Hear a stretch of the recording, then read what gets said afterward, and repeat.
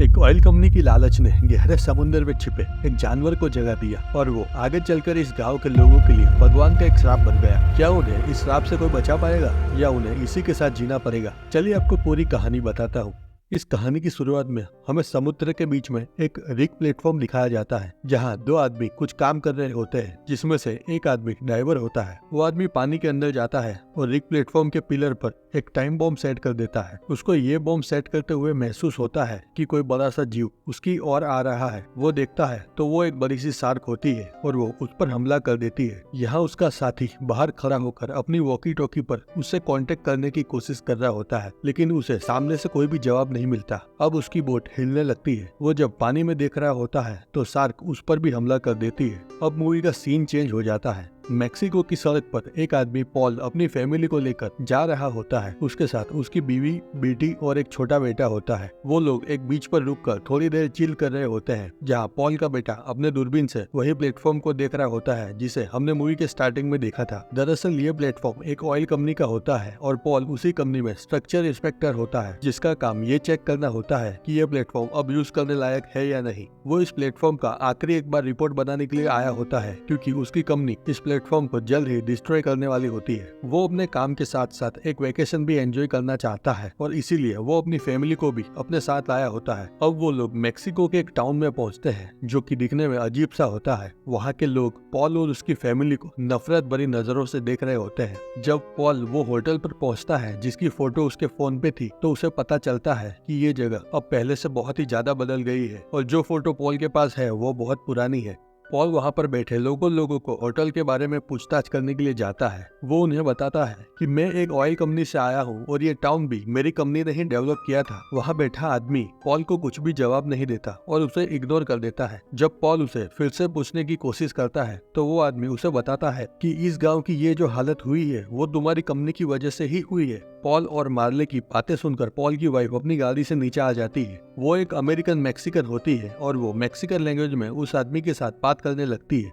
वो उसे बताती है कि हम यहाँ पर एक हॉलीडे ट्रिप पर आए हैं और हमें रहने के लिए एक होटल चाहिए। वो उसे कुछ पैसे भी दे देती है। वो आदमी अब उन्हें एक होटल की तरफ ले जाने लगता है। जाते वक्त बीच में एक मंदिर जैसी जगह आती है जहाँ पर कुछ फेस बने हुए होते हैं। मार्ले वहाँ पर खड़ा रहकर प्रार्थना करता है और उसे मिले पैसे वहाँ रख देता है। पॉल का बेटा वहाँ एक छोटी सी गुड़िया देखता है और उसे उठा लेता है। बदले में वो अपनी चॉकलेट वहाँ पर रख देता है। मार्ले उन्हें अब एक होटल पे पहुंचा देता है जो कि पॉल और उसकी फैमिली को बिल्कुल भी पसंद नहीं आता है, लेकिन उनके पास और कोई भी ऑप्शन नहीं होता है और वो वही रुकने का फैसला करते हैं। पॉल का बेटा होटल से बाहर भागते हुए आता है और वो मार्ले को अपना आई मास्क दे देता है। यहाँ हम पॉल के बेटे और मार्ले के बीच में एक फ्रेंडशिप बॉन्ड बनते हुए देखते हैं। मार्ले पॉल को अपना ध्यान रखने के लिए कहता है, जिसे सुनकर पॉल को क्यूरियोसिटी होती है और वो उसे पूछता है कि यहाँ किस चीज से खतरा है। मार्ले उसे रिप्लाई में कहता है कि ब्लैक डिमोन, और वहाँ से चला जाता है। अब पॉल अपनी कंपनी में कॉल करके काम के बारे में पूछ रहा होता है। तभी उसे सामने से यह बताया जाता है कि तुम्हें वो प्लेटफॉर्म पर जाकर उसकी जांच करनी है। कंपनी ने उसको वहाँ पर जाने के लिए बोट का इंतजाम पहले से ही करके रखा हुआ है। पॉल अब अपनी बीवी को खुद का और बच्चों का ध्यान रखने के लिए कहता है और वो इवनिंग तक वापस आ जाने का वादा करता है।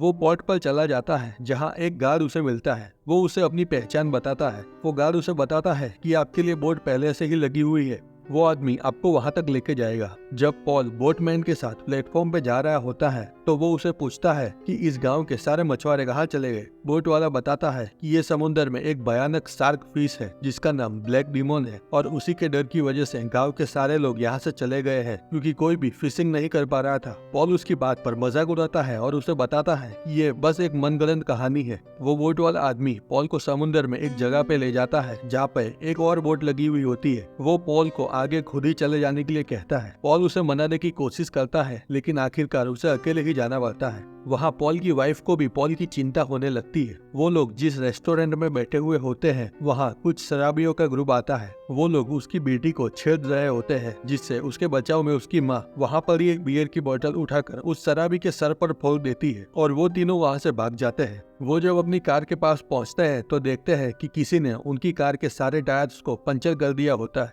वो लोग के पास अब भागने का कोई भी रास्ता नहीं होता है। वो लोग भागते हुए पोर्ट पर आते हैं और वहाँ खड़े बोट वाले को बोलते हैं कि उन्हें भी उस प्लेटफॉर्म पे छोड़ दिया जाए। बोट वाला उन्हें वहाँ ले जाने से मना कर देता है, लेकिन उन शराबियों को उनका पीछा करते हुए देख पॉल की वाइफ उस बोट वाले को बहुत सारे पैसे ऑफर करती है, जिससे वो वहाँ छोड़ने के लिए तैयार हो जाता है। यहाँ मूवी के दूसरे फ्रेम में हम देखते हैं कि पॉल वो प्लेटफॉर्म तक पहुँच चुका होता है जहाँ चारों तरफ ऑयल लीक हो रहा होता है। उसे कुछ डाइविंग का सामान भी पानी में तैरता हुआ मिलता है। जब वो प्लेटफॉर्म के डेक पर पहुँचता है तो दो आदमी हथियार लेकर उसे घेर लेते हैं और उसकी पूछताछ करने लगते हैं। पॉल उन्हें बताता है कि वो ऑयल कंपनी ने उसे प्लेटफॉर्म की अंतिम जांच के लिए भेजा है। तो उन्हें रियलाइज होता है कि पॉल भी उन्हीं की कंपनी का एम्प्लॉय है। वो तीनों एक बोट का साउंड सुनते हैं। वो अपने बाइनोकुलर से देखते हैं तो वो पॉल की फैमिली होती है। वो लोग उस बोट के पीछे एक बहुत बड़ी परछाई देखते हैं जो कि दरअसल एक शार्क होती है। वो बोट पर हमला करने ही वाली होती है। तभी सैरो और उसका साथी प्लेटफॉर्म पर अजीब से आवाजें करने लगते हैं, जिससे वो शार्क डिस्ट्रैक्ट हो जाती है और वो प्लेटफॉर्म की तरफ आने लगती है। पॉल अभी भी कुछ भी नहीं समझ पा रहा होता है कि आखिर ये हो क्या रहा है। अब पॉल की फैमिली की बोट प्लेटफॉर्म पर पहुंच जाती है और वो लोग प्लेटफॉर्म पर उतरने लगते हैं। पॉल की बेटी जब उतर रही होती है तभी वो पानी में गिर जाती है, जहाँ वो बहुत सारे लोगों के कटे हुए शरीर देखती है। वो बहुत ही ज्यादा डर जाती है और जल्दी से पानी से बाहर निकल आती है। वो लोग अब सैरो को पूछते हैं कि आखिर ये सब क्या है और ये चीज क्या है। सैरो उन्हें अपना बाइनोकुलर देता है और देखने के लिए कहता है। पॉल और उसकी वाइफ देखते हैं कि एक बहुत बड़ी शार्क वो बोटमैन का पीछा कर रही होती है। देखते ही देखते वो उसकी पूरी बोट को हवा में उछालकर तबाह कर देती है। इतनी बड़ी शार्क देखकर पॉल और उसकी वाइफ दंग रह जाते हैं। सैरो उन्हें बताता है कि वो शार्क एक ब्लैक डीमोन है और जो भी इस प्लेटफॉर्म से जाने की कोशिश करता है वो उसे मार देती है और इसीलिए वो और उसका साथी यहाँ पर फंस चुके हैं। उन्होंने रेडियो पर कांटेक्ट करके बहुत लोगों को ये बताया है, लेकिन इस खतरे की वजह से कोई भी यहाँ आना नहीं चाहता है। वो पॉल को बताता है कि मैं सरप्राइज हूँ कि आखिर आप लोग यहाँ तक पहुँचे कैसे और कंपनी ने आपको इसके बारे में कैसे कुछ नहीं बताया। पॉल अब वो लोगों को लेकर प्लेटफॉर्म चेक करने लगता है और उसे पता चलता है कि इस प्लेटफॉर्म में कुछ भी ठीक नहीं है। सैरो और उसका साथी बताता है कि शार्क के मल्टीपल अटैक की वजह से ये डैमेज हो चुका है। तभी वो लोग एक जोरदार झटके का अनुभव करते हैं जो कि शार्क का प्लेटफॉर्म पर अटैक होता है। सैरो पॉल को बताता है कि उसने कंपनी को इस बारे में कई बार बताया है, लेकिन कंपनी ने इसके लिए कोई भी कदम नहीं उठाए। पॉल उन्हें सबसे पहले इस प्लेटफॉर्म को ठीक करने के लिए कहता है, जिसके लिए उन्हें पानी में जाना था। जब वो लोग डेक पर आते हैं तब पॉल की वाइफ उन्हें पूछती है कि आखिर ये चीज है क्या। सैरो ने उसे बताया कि ये जगह पर ऑयल की माइनिंग करना इलीगल था, लेकिन हमारी कंपनी ने इसकी परवाह किए बिना यहाँ पर प्लेटफॉर्म बना दिया और डीप माइनिंग की वजह से यहाँ का पूरा नेचर डिस्ट्रॉय हो गया। इसके गुनाह के लिए भगवान ने अपने श्राप के रूप में ब्लैक डीमन को बेच दिया। पॉल उसकी बात पर हंसता है, लेकिन सैरो उस पर गुस्सा हो जाता है और उसकी बात मानने के लिए कहता है। अब वो तीनों प्लेटफॉर्म को रिपेयर करने के लिए पानी में जाने की तैयारी करता है, जहाँ पर सैरो का साथी कैप्सूल में बैठकर पानी के अंदर जाने लगता है। वो अपना डाइवर सूट पहनकर प्लेटफॉर्म के कॉलम्स को चेक करने लगता है, जहाँ उसे एक टाइम बॉम्ब लगा दिखता है, जिसे हमने मूवी के स्टार्टिंग में देखा था। अब वो अपने आसपास एक खतरा महसूस करने लगता है। उसे अपने आसपास कटे हुए ह्यूमन ऑर्गन होने का इल्यूजन होता है।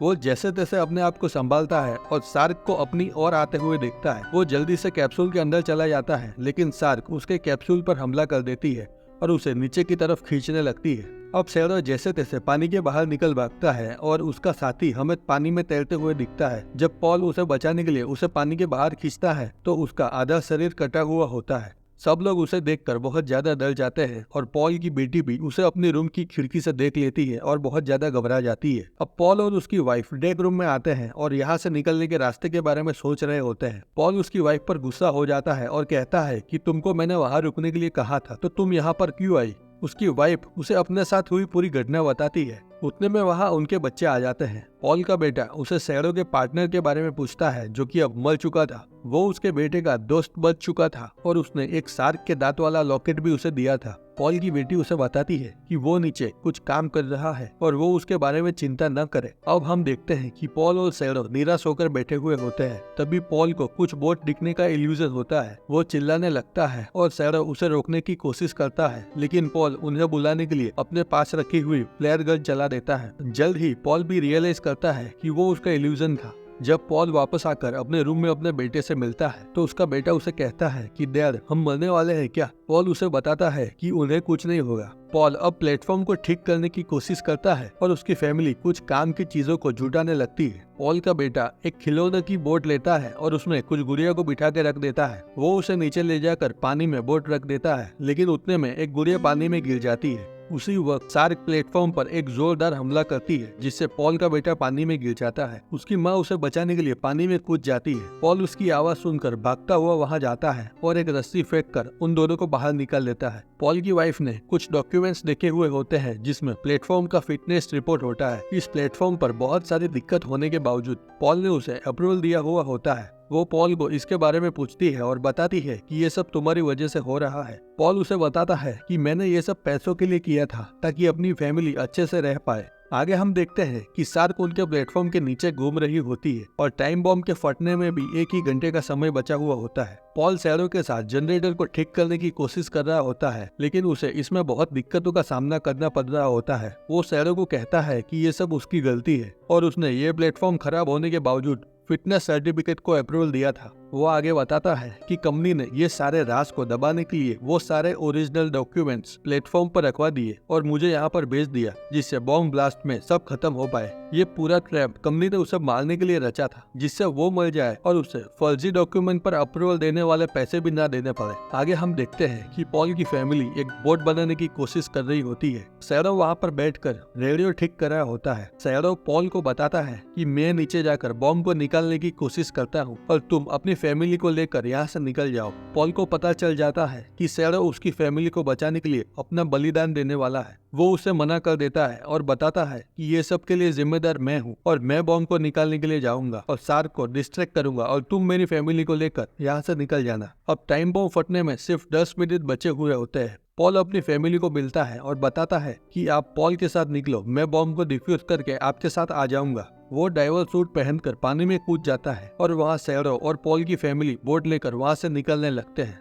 पॉल बॉम्ब को प्लेटफॉर्म के पिलर से हटा देता है, लेकिन उतने में वहाँ पर शार्क आ जाती है। पॉल अपने आप को बचाने के लिए एक स्ट्रक्चर के केज में चला जाता है, लेकिन अब उसकी ऑक्सीजन भी खत्म होने वाली होती है। पॉल अब रेडियो से अपनी वाइफ को बताता है कि वो आगे नहीं आ पाएगा और उसकी वाइफ उसे आने के लिए कहती है। पॉल ने ऑयल कंपनी के डॉक्यूमेंट सैरो को पहले ही दे दिए थे और कहा था कि उन्हें सही हाथों में दे दे, जिससे ऑयल कंपनी की काली करतूतों का पर्दाफाश हो जाए। पॉल अपनी फैमिली को फाइनल गुड बाय बोल देता है। अब पॉल वो स्टील के केज से बाहर निकल आता है और शार्क उसे निगल लेती है। जैसे ही शार्क उसे निगलती है, उसके पास रखा हुआ टाइम बॉम्ब फट जाता है और शार्क भी मर जाती है। दूसरे सीन में हम देखते हैं कि मार्ले अपने दोस्तों को लेकर उन्हें बचाने के लिए वहां पहुंच जाता है। वो पॉल की फैमिली और सैरो को बचा लेता है। वहां हम देखते हैं कि वो प्लेटफॉर्म धमाके की वजह से पानी में डूब जाता है। यहाँ पॉल की फैमिली अपने आप को संभालने की कोशिश कर रही होती है। दोस्तों, भले ही ये एक काल्पनिक कहानी है, लेकिन जो स्पीड से हम अपने आसपास के नेचर को नुकसान पहुंचा रहे हैं, भविष्य में ऐसा एक नहीं कई ब्लैक डीमन का हमें सामना करना पड़ सकता है। पॉल ने तो अपनी की हुई गलती की सजा अपनी जान लेकर चुका दी, लेकिन क्या ये मौका हमें मिल पाएगा? दोस्तों, अगर आप भी ऐसी और सस्पेंस थ्रिलर और साई-फाई मूवी देखना चाहते हैं तो हमारे चैनल को तुरंत सब्सक्राइब कर लीजिए।